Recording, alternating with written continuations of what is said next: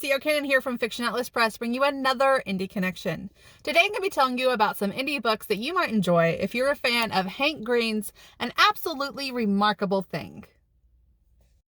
The first book I have for you is called Gina and Finn by Hannah Moskowitz and Kate Helgeson.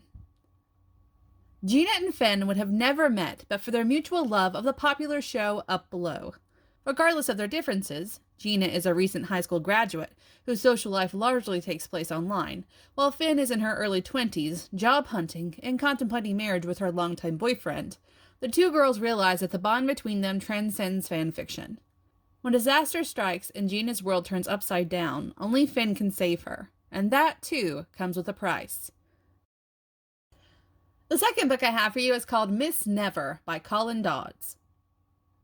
Farya Navorian seems like an ordinary young woman trying to get ahead in the city while struggling with depression. But her depression is anything but ordinary. It has the power to destroy time and space.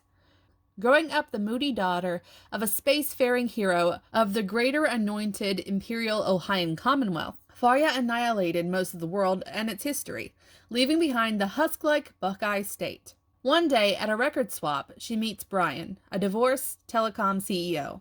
More than record collecting, what they share is that they each carry a howling secret. Brian's business is a cover for a bigger operation that buys human souls and sells luxury afterlives using shady terms of service in mobile phone contracts. The two of them fall in love, and as they start a life together, their secrets back them into a corner where they have to come clean and take drastic steps to save themselves and possibly reality itself. The third book I have for you is called The Green Cafe by Jason Bryant. 18-year-old Brandon Fanning works at his parents' coffee shop, The Green Cafe.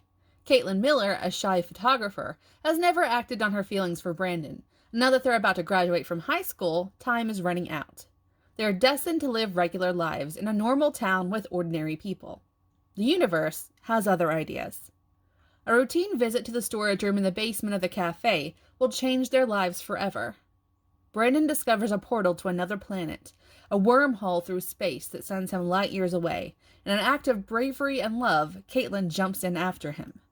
What they find is a planet very similar to Earth, only several hundred years more advanced.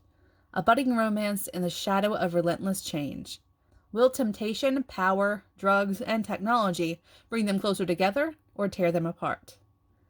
What Brandon discovers there about himself, his new friends, and Caitlin will alter his life forever. What he chooses will determine his destiny. And the last book I have for you is called The Hive by Barry Lyga and Morgan Baden.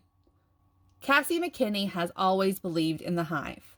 Social media used to be out of control after all. People were torn apart by trolls and doxers. Even hackers, like Cassie's dad, were powerless against it. But then the Hive came. A better way to sanction people for what they do online. Cause trouble, get too many condemns, and a crowd can come after you, teach you a lesson in real life. It's safer, fairer, and perfectly legal. Entering her senior year of high school, filled with grief over an unexpected loss, Cassie is primed to lash out.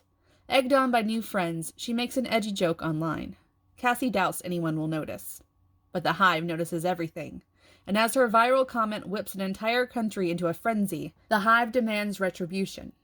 One moment, Cassie is anonymous. The next, she's infamous and running for her life. With nowhere to turn, she must learn to rely on herself and a group of Hive outcasts who may not be reliable, as she slowly uncovers the truth about the machine behind the Hive. Okay, that's all for me this week. I'll see you next week on the Indie Connection. Bye!